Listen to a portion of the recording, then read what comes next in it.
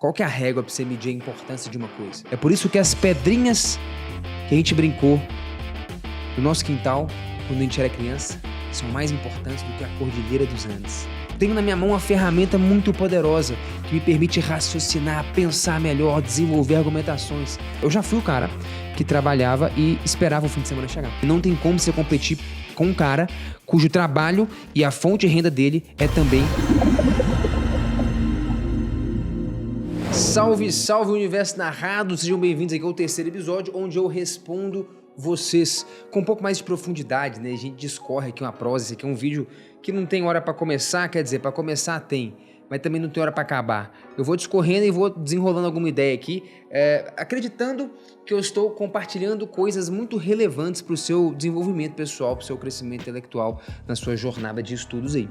Essa é a ideia, beleza? Essas perguntas todas eu retiro lá do Instagram, segue a gente lá, @Universo Narrado, eu abro lá 2, 3 vezes por semana uma caixinha, sempre respondo, interajo com a galera, e as melhores, não vou dizer as melhores, né, mas as perguntas que eu acho que eu tenho mais coisa a dizer, eu não respondo lá, porque eu acho que um único story é um espaço curto demais, e eu aproveito esse formato para poder discorrer mais sobre o tema, beleza? Essa é a prosa, vejamos aqui qual é a seleção de hoje. Inclusive, por gentileza, me conta aí já, cara, o que você tem achado desse formato? Tem curtido? Tô tentando gravar uma vez por semana esse formato, eu acho um formato legal, dá pra gente discorrer um pouquinho mais, dá pra gente trocar uma ideia, se aproximar um pouco, eu gosto disso, cara. Vamos lá.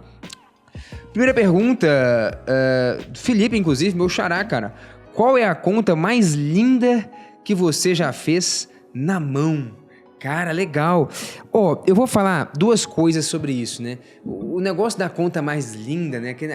O que é o negócio, às vezes, que mais te marcou, né? O Manuel de Barros, ele diz que a gente mede as coisas... Qual que é a régua para você medir a importância de uma coisa? A régua é a intimidade. Ele fala que a gente mede as coisas pela intimidade que a gente tem com as coisas. É por isso que as pedrinhas que a gente brincou no nosso quintal, quando a gente era criança, são mais importantes do que a Cordilheira dos Andes. Bonito isso, né? Isso é de um livro dele que se chama Meu Quintal é Maior que o Mundo. Na verdade, Meu Quintal é Maior que o Mundo nem é um livro dele, né? É uma antologia, uma coleção de vários poemas, e tem um poema lá que se chama isso, Meu Quintal é Maior que o Mundo, e que traz essa reflexão, né? E aí, o lance é esse, né, cara? Assim, se a gente mede as coisas, né, pela intimidade que a gente tem com elas, né? Qual que é a rocha mais importante do mundo? É o diamante, uma pedra preciosa, lá do não sei aonde? Não, cara, é a pedrinha que você brincou lá no seu quintal, na casa da sua avó, quando você era criança, com seus primos. Por quê? Por conta do motivo da intimidade, né? Então, assim, cara, eu tenho duas respostas para essa pergunta. Se eu for seguir o poeta, eu tenho uma grande inclinação a segui-lo, né? Eu diria que uma das contas mais legais que eu já fiz, cara, foram duas contas hoje, para mim, extremamente simples e triviais, muito, muito simples, mas que naquele momento que eu as fiz, eu tinha 17 anos, eu tava começando a descobrir como a matemática, como a física funcionava, saca? Então, aquilo ali pra mim foi muito importante naquele momento. Me marcou profundamente, por conta do lance da intimidade, né? Teve um papel muito importante pra mim, porque eu ficava horas ali trancado no meu quarto, ali na casa dos meus pais, e tentando entender alguma coisa, e quase sempre batendo a cabeça na parede, e nada saía, até que pela primeira vez você começa a entender as primeiras coisas. Então eu vou te falar duas contas extremamente simples, mas que me marcaram profundamente. A primeira é a demonstração de que a raiz de 2 é um número irracional. É uma prova bastante simples, né? Mas eu lembro quando eu fiz aquilo, eu consegui entender, compreender, sacar os argumentos, falei, cara, que doido. Eu achei aquilo bonito pra caramba, sacou? Provar que a raiz de 2 era um número racional, ou provar, né, a prova de Euclides, de que existem infinitos números primos, cara, que beleza, que bonito aquele negócio, né? De novo, nada muito complexo, né? Pelo contrário, na verdade, essa prova de Euclides tem mais de 2.000 anos, né? Mas naquele momento ali, aquele negócio me marcou tanto, cara, que por mais que hoje pra mim seja algo extremamente trivial, não tem como eu não colocar isso num grau de importância muito alto. E falando em termos de física, uma demonstração que eu achei muito legal, eu até citei isso outro dia numa aula que eu dei aqui, saiu um corte sobre isso e tal, foi de quando eu tinha 17 anos também, e eu achei que eu ia refutar o Galileu. E eu provei que ele estava certo, usando na época lá a conservação de energia, né, que era até um conceito, né, para não ser anacrônico, que o Galileu não conhecia, né, esse negócio de trabalho, energia, era um conceito que foi desenvolvido depois ali, né, depois de Galileu, um pouquinho próximo da mecânica newtoniana, e se formalizou depois de Newton, inclusive. Mas é um conceito que eu tinha estudado e eu pensei, cara, eu vou provar que o cara tá errado assim, assim, assado. Eu consegui, pela primeira vez, sozinho, construir a ideia de uma demonstração. um negócio que eu não tinha visto em livro nenhum, eu não tinha visto em lugar nenhum. Foi a primeira vez que eu consegui me apropriar de um conhecimento teórico e executar um raciocínio original, por mais que não fosse nada muito complexo, sofisticado, mas executar um raciocínio original de cabo a rabo, usando ferramentas que eu tinha descoberto. Aquilo pra mim foi muito profundo. Falei, cara, que foda. Eu tenho na minha mão uma ferramenta muito poderosa que me permite raciocinar, pensar melhor, desenvolver argumentações. E quando eu desenvolvi a argumentação totalmente redonda e estritamente lógica, no final eu provei que o cara era certo. Eu achei que eu ia provar que ele estava errado, mas no desenvolvimento da conta eu provei que ele estava certo. Enfim, um negócio bastante simples também, mas aquilo me marcou profundamente, né? Se eu for dizer aí de outras coisas interessantes aí, e bonitas, né? Pô, cara, acho que demonstrar, né, construir, né, cara, a equação de campo de Einstein foi objeto do meu estudo de mestrado, né, cara, a equação vou colocar aí na tela. Acho que tem um outro vídeo que eu já fiz aí, mais de time-lapse mesmo, né, construindo pelo menos uma parte dessa, mas poder construir, entender qual que era a concepção da gravidade enquanto um elemento geométrico do espaço e tal. Pô, eu acho isso extremamente bonito. Tem um outro vídeo bem legal, até fiz aqui pro YouTube, cara, é uma integral super bonita, né, a integral gaussiana também, uma conta muito bonita e tal. Mas enfim, se eu for comentar aqui, cara, tem dezenas, né, vou colocar essas duas aí, então, uma de matemática, a integral gaussiana, uma de física, equação de campo de Einstein, e essas duas aqui, um pouco de matemática, de física também, da minha época ali, dos meus 17 anos, começando a compreender essas ferramentas, né, pô, aquilo me marcou profundamente, cara. Então essas são contas muito bonitas que eu fiz, não vou dizer as mais não, mas com certeza umas das mais bonitas, beleza? Vejamos as próximas aqui então. O que mais que temos? Ó, se liga aqui, pô, essa aqui é uma boa pergunta, cara, uma pergunta muito boa.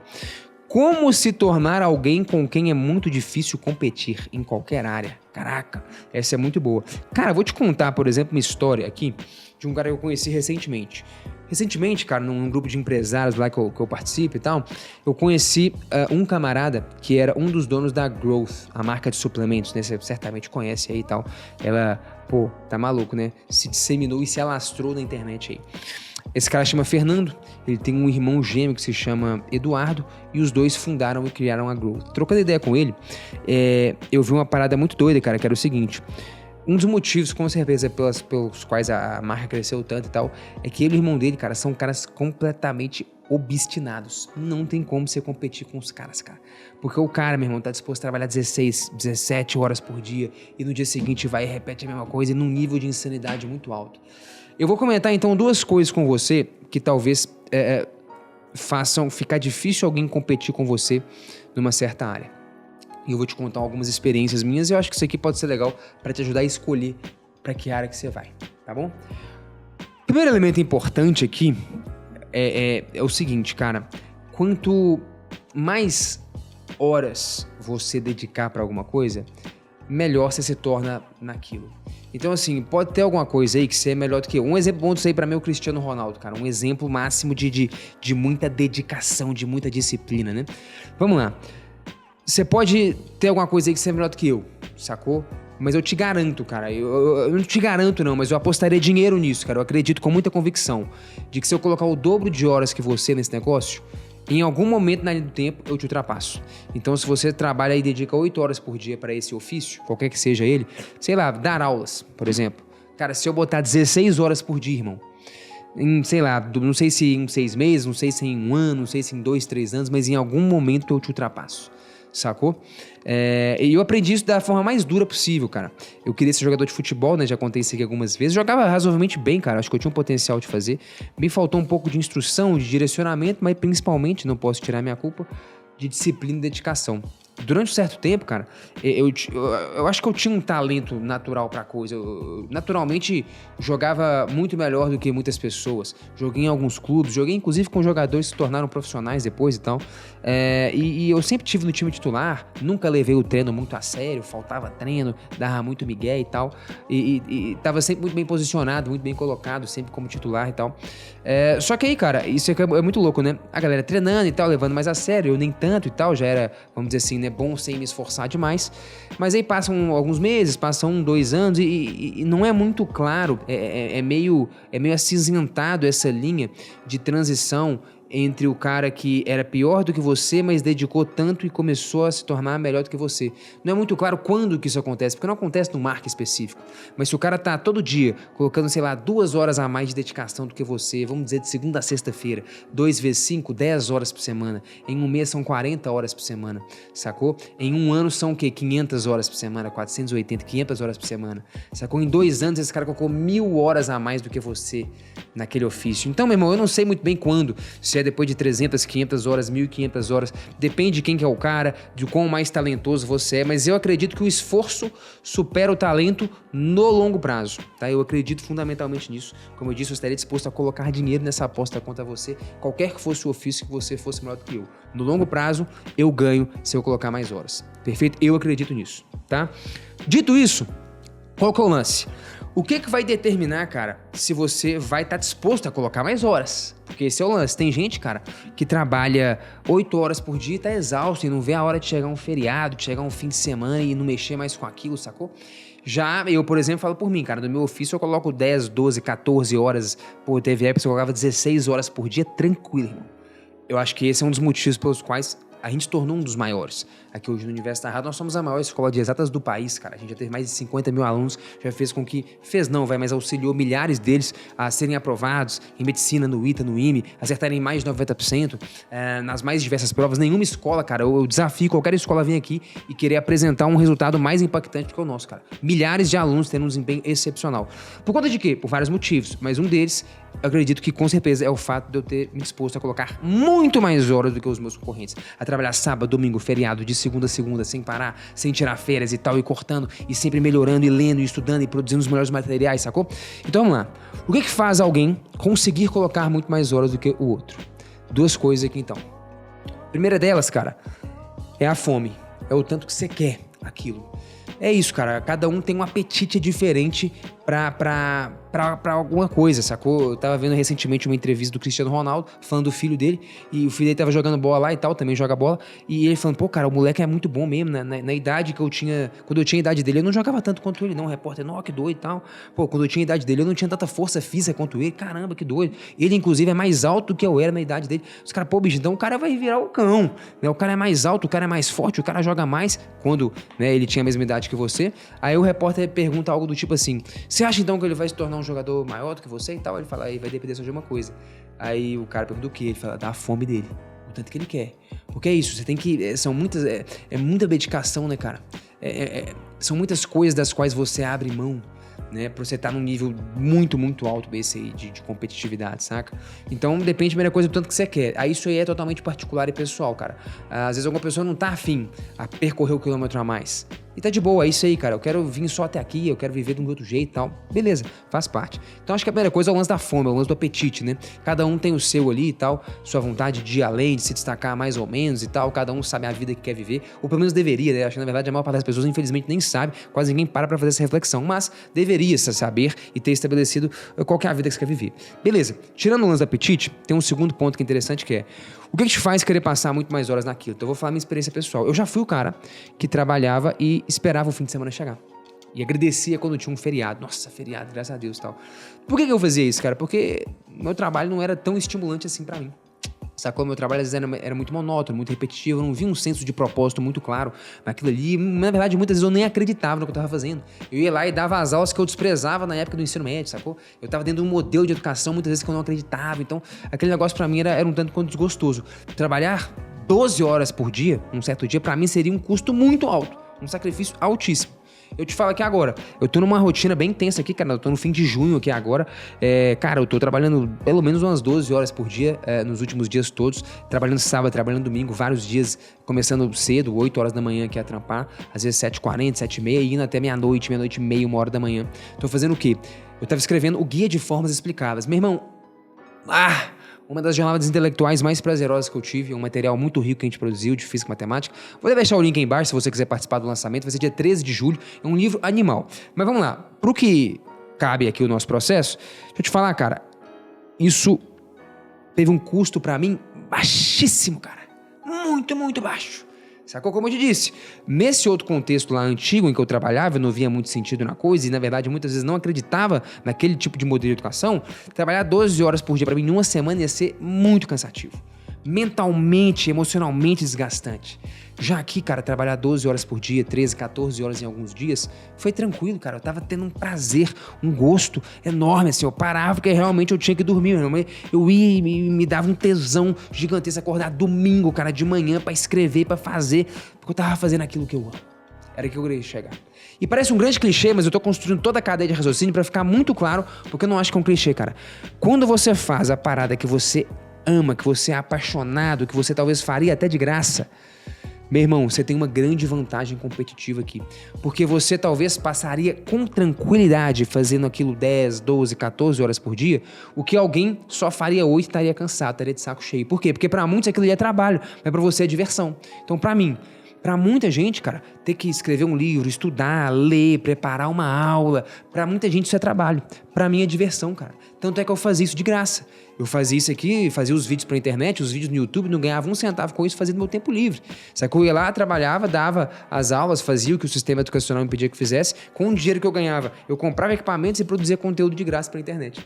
Até que um dia eu escolhi viver daquilo. Então, ou seja, eu escolhi viver do meu hobby, daquilo que pra muitos era trabalho, mas eu fazia aquilo de graça no meu tempo livre. E se eu fazia aquilo ali no meu tempo livre, de bobeira, meu irmão, eu faço aquilo sábado, domingo, feriado, eu posso fazer aquilo 10, 15 horas por dia, que não me cansa. E se eu consigo sustentar, fazer aquilo, 12 horas por dia na média, e você faz só 8, porque pra você é trabalho, se você faz 10, 12, você tá estressado, cansado, aquilo aí te sugou a alma. Você não consegue sustentar aquilo por 3, 4, 5, 6 meses. Eu consigo sustentar por 3 anos. E aí, no tempo, eu saio na sua frente. Se você coloca 8 horas por dia, eu coloco 12, irmão, eu tô colocando 50% a mais de tempo do que você. Sacou 4 horas a mais do que você. Isso em um dia, né? De segunda a sexta ali, nós estamos falando então de 4 vezes 5, 20 horas a mais do que você. Em um mês, de 80 a 100 horas a mais do que você. Sacou? Em um ano, 1.000 horas a mais do que você. Em 10 anos, cara, eu botei 10.000 horas a mais do que você na parada. Lendo, estudando, aprimorando. Porque pra você era trabalho. Teria um custo muito alto pra você colocar essas horas todas a mais, mas pra mim é diversão, sacou? Então, nesse sentido, você entendeu? Responde sua pergunta, cara. A pergunta foi, como se tornar alguém com quem é muito difícil competir, em qualquer área? É muito difícil você competir com um cara que faz a parada por lazer. E você faz por trabalho. Porque se você faz por trabalho, por obrigação, cara, te colocar mais hora te custa muito. Que saco, não quero trabalhar, eu quero fazer o que eu gosto. Não é isso? Muita gente faz isso, cara. Sai de uma jornada de 8 horas de trabalho, agora eu vou descansar, fazer o que eu curto.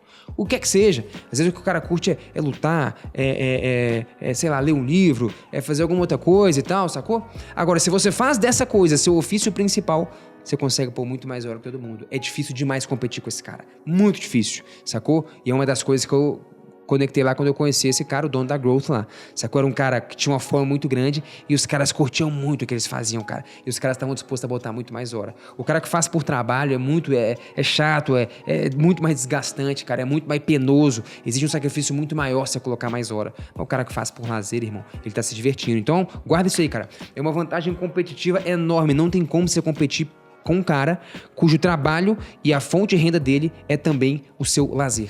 Porque esse cara trabalha sábado, domingo, feriado. Vou te falar, cara, eu tiro férias, eu quase nunca tiro férias, né? Mas no último ano eu consegui tirar. Eu fiquei 3 anos, cara, trabalhando de segunda a segunda, sem parar. Sacou? Isso, de novo, no tempo, cara, isso te distancia de muita gente. Mas eu tirei férias, sabe o que eu fiz? Fui ler. Falei, caramba, agora eu tirei férias, eu consegui ler um pouquinho mais e estudar umas coisas que eu quero. E aí voltei com 30 ideias malucas de vídeo, de coisa legal pra eu fazer, de aulas diferentes pra eu atualizar na plataforma, de conteúdos pra eu gerar aqui na internet. Meu irmão, nas minhas férias. Tem gente que tira férias e fala, eu não quero encostar em trabalho. Mas como meu trabalho também são as minhas férias, é a minha diversão, sacou? Quando eu tô de férias, eu tô com a cabeça boa pra ler ainda mais coisas sem compromisso, mas quando eu volto, irmão, eu volto com 40 ideias de como é que eu melhorar a plataforma do Universo na Rádio, como é que eu produzo um conteúdo mais legal e trago coisa e tal, entendeu? É isso, então acho que ficou claro aqui.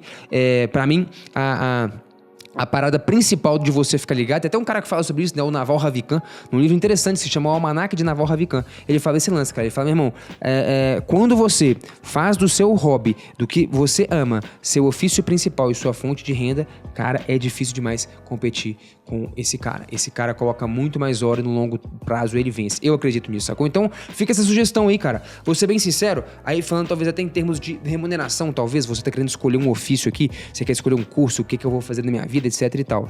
O lance de você fazer o que você ama, talvez você pode até escolher um caminho que, em tese, ele é pior. Mas se você vai pior do ponto de vista assim, sei lá, vou te dar o meu exemplo concreto aqui.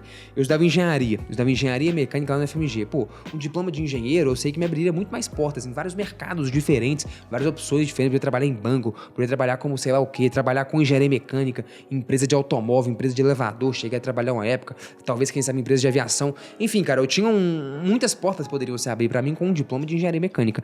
Já com um diploma, por exemplo, de física, depois eu abandonei a engenharia e fui pra física, e eu ficava pensando muito nisso, cara, são bem mais restritas as portas que você tem. Basicamente é dar aula, ou se você for seguir, fazer um mestrado, que eu fiz, um doutorado, você pode se tornar um pesquisador, que também, no fundo, aqui no Brasil significa dar aula, né? Entrar numa universidade e tal, e dar algumas aulas, também pesquisar. Mas é muito mais restrito, né? Quais empresas contratam um físico? São poucas, né? Mas qual que é o lance? Quando você vai para um negócio que te dá muito tesão e você está disposto a colocar muito mais horas e dedicar muito mais todo mundo, talvez você vai se tornar muito melhor, uma pessoa acima da média.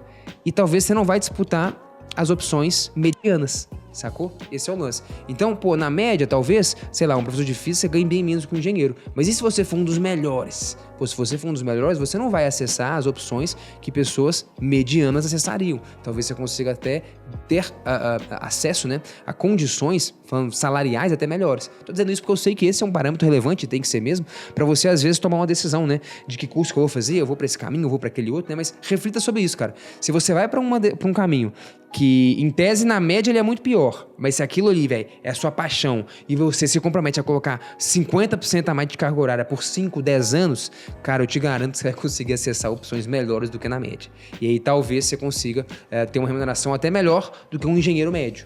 Porque aqui você não acessa opções medianas, aqui você acessaria mediano. E eu fiz essa reflexão lá atrás, não com tanta clareza, mas eu sabia que como engenheiro eu seria mediano.